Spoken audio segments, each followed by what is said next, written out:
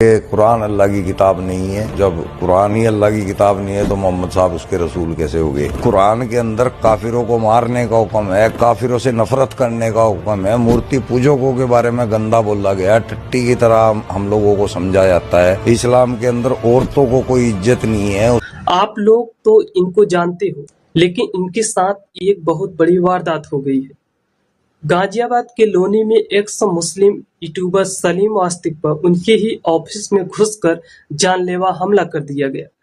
2 नकाबपोश हाथ में चाकू और सीधे गर्दन और पेट पर वार। हॉस्टल में जिंदगी और मौत के बीच जंग लड़ रहे हैं। बिल्कुल मतलब इतने बेदर्दी से इन जिहादियों ने मारा है ना।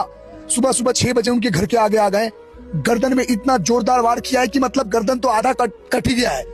ऊपर से पेट के अतरियों में चाकू डाल के हाथ घुमा दिया है, जगह जगह मल्टीपल टाइम्स इंजरी। मतलब समझ लो एक आदमी जो सच बोल रहा है, जो इनकी सही औकात दिखा रहा है, जो तुम्हारे किताब में लिखा है, जो तुम्हारी वास्तविकता है, जो तुम्हारी सच्चाई है, उसको तुम लोग इतना ब्रूचुअल अटैक कर रहे हो।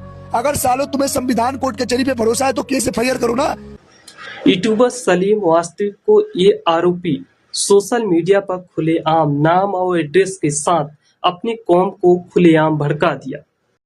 ये सलीम वास्तिक नामी गुस्ताख रसूल है जिसने नबी अलैहिस्सलाम की गुस्ताखी की थी। कल मैंने इसके खिलाफ एक वीडियो बनाई थी।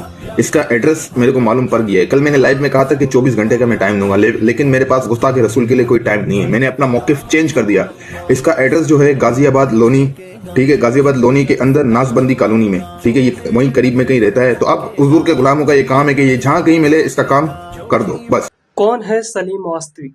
लोनी के रहने वाले सलीम ने दीनी तालिबान हासिल की, लेकिन बाद में उन्होंने खुद को एक्स मुस्लिम घोषित किया। उनका यूट्यूब चैनल सलीम वास्तविक 0007 नाम से चलता है, जहां 28,000 से ज्यादा फॉलोअर्स हैं। वो इस्लाम, मदरसा शिक्षा, हलाला जैसी प्रथाओं और मुस्लिम समाज की आर्थिक स्थिति पर खुलकर सवाल उठाते रहे हैं। टीवी डिबेट्स में भी उन्होंने कई बार बेबाक राय रखी। कई लोग उनसे सहमत थे, कई लोग असहमत। लेकिन सवाल ये है, क्या असहमति का जवाब चाकू से दिया जाएगा?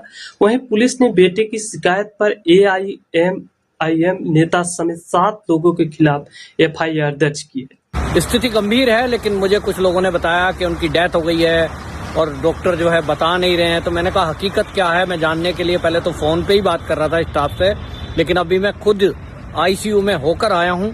डॉक्टर से बात हुई है, उनका कहना है कि अभी मामला क्रिटिकल है। मैंने अपनी आंखों से देखा है, हार्ट बीट चल रही है और उनका जो ऑक्सीजन है वो मशीन के द्वारा दिया जा रहा है, यानी आईसीयू में अभी वो पूरी तरह ठीक नहीं है, सेंस में नहीं है। लेकिन डॉक्टर का कहना है कि क्रिटिकल पोजीशन होने के बावजूद वो जो लोग अफवाह फैला रहे हैं वो नहीं है। घटना पर सीएम योगी ने कहा, कानून व्यवस्था से खिलवाड़ करने वालों को बख्शा नहीं जाएगा। यूपी में आतंक की कोई जगह नहीं है। हिंदू संगठनों ने अस्पताल के बाहर धरना दिया।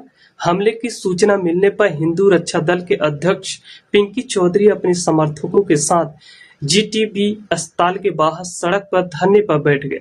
इस बीच बीजेपी सांसद और भोजपुरी अभिनेता मनोज तिवारी मौके पर पहुंचे। पिंकी चौधरी से घटना की जानकारी ली।